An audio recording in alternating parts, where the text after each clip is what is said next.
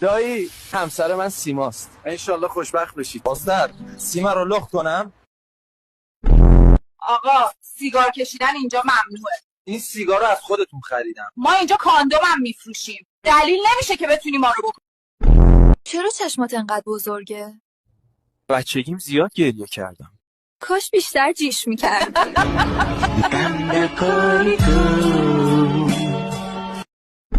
بابا من از کجا اومدم؟ یه لک لک داره واسمون آورده پسرم. زن به این خوشگلی داشتی بعد رفتی لک لک کردی؟ همسن و سالایی تو ازدواج کردن، تو چرا ازدواج نمی کنی؟ همسن و سالایی تو مردن، تو چرا نمیمیری؟ میدونی چرا دخترها از خواب بیدار میشن چشماشون رو میمالن؟ اون خایه ندارن. حاج خانم این پلنگو چطور رام و سوارش شدی؟ همونطور که حاج آقا رو رام کردن.